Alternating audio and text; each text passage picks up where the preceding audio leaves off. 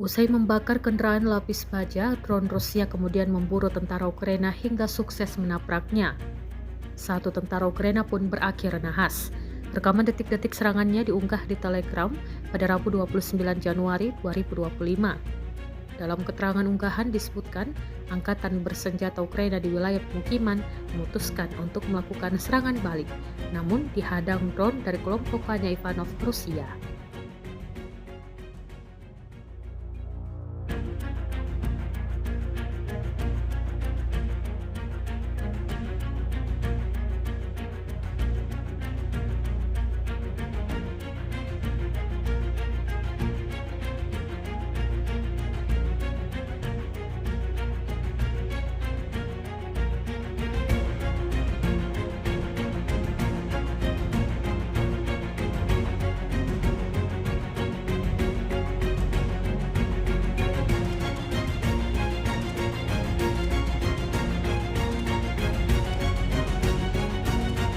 Download Tribun X sekarang, menghadirkan lokal menjadi Indonesia.